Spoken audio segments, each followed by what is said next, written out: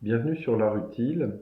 Aujourd'hui, je vous propose une présentation d'un article qui a été publié dans Art et Décoration en 1930 à l'occasion d'une exposition particulière des Allemands du Bauhaus qui, pour la première fois, se montre en France à des gens qui ne sont pas forcément leurs amis, puisqu'il vient d'y avoir une scission entre l'UAM, l'Union des artistes modernes, et la SAD, la Société des artistes décorateurs. Alors, c'est un peu un hommage à l'exposition du Musée des arts décoratifs sur le Bauhaus, qui prend fin le 26 février prochain. Il y a eu une très intéressante émission de la Fabrique de l'Histoire sur France Culture à propos de cette exposition, qui porte sur l'esprit du Bauhaus. On y redécouvre le Walter Gropius de 1919 en figure de proue, avec son mythe de bâtisseur, de cathédrale, celui qui réunissait les corps de métier. Urbaniste, architecte et enseignant s'est approprié ce rôle en devenant chef d'orchestre de multiples corps de métier. L'exposition montre très très bien cette diversité initiale des approches du Bauhaus, au tout début. Elle est superbe, éblouissante, presque inépuisable dans son contenu, mais l'utilitariste que je suis aurait toutefois préféré un travail sur la réception du Bauhaus plutôt que sur son esprit. C'est ce que je vais vous proposer là en regardant cet article de 1930. Pour moi, l'histoire des vainqueurs doit s'écrire sous le regard des perdants.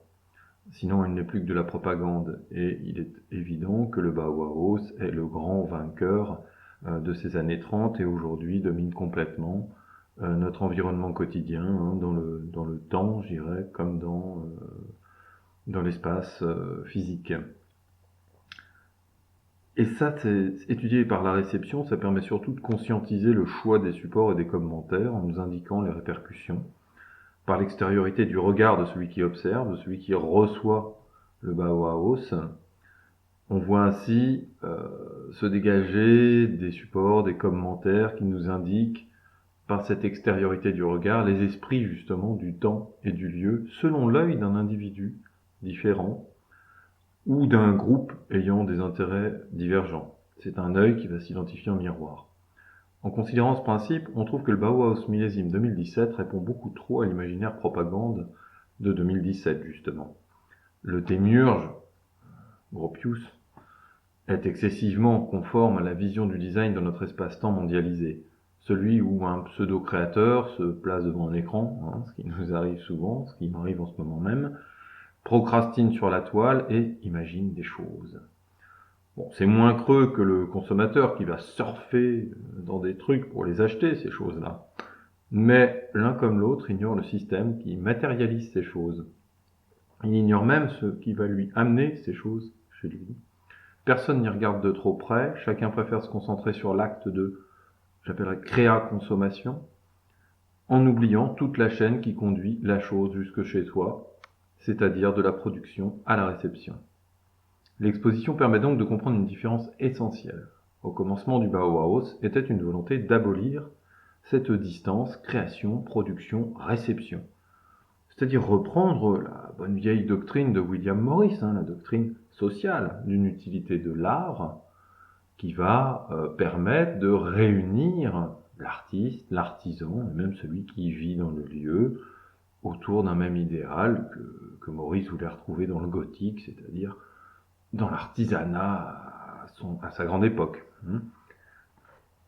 Mais depuis, nous avons fait le chemin inverse, beaucoup de chemins, et le Bauhaus aussi avait fait ce chemin. C'est ce qu'on voit dans les images, c'est que le Bauhaus de 1930 est un Bauhaus très très mécanisant. On voit du métal partout, les meubles de Breuer sont provoquants par leur minimalisme mathématique. On n'est plus du tout dans la légèreté créative cubiste, on est dans tout à fait autre chose que le premier Bauhaus. Et puis, ce sont des usines qui les fabriquent. On sait que les associations avec Tonnet sont multiples. Tonnet n'est plus du tout un atelier, puis personne ne se fait vraiment plaisir, je dirais, chez Tonnet. On est dans une véritable production usinée avec des ouvriers. Donc cette deuxième rencontre est assez particulière puisque après 1910, tout a changé dans le paysage, hein, de la Deutsche Werkstätten au Bauhaus, ce n'est plus la même chose. On va le voir dans les illustrations, et puis aussi dans le texte d'André Salmon, publié dans Art et Décoration, qui est un peu confus, mais surtout le second texte que je reproduis en intégralité, qui avait été découvert par Yvonne Brunhammer en 1990, hein, dans son livre sur les artistes décorateurs, qui est vraiment le livre de référence. Et il s'agit d'un texte de Pierre Lavedan, un architecte, qui a été publié dans l'Architecture, et qui évoque la belle caserne en acier de Monsieur Grospuce, avec ses cellules propres, nettes et engageantes, comme le cabinet du dentiste. Je vous laisse découvrir. Bonne visite sur Art Utile.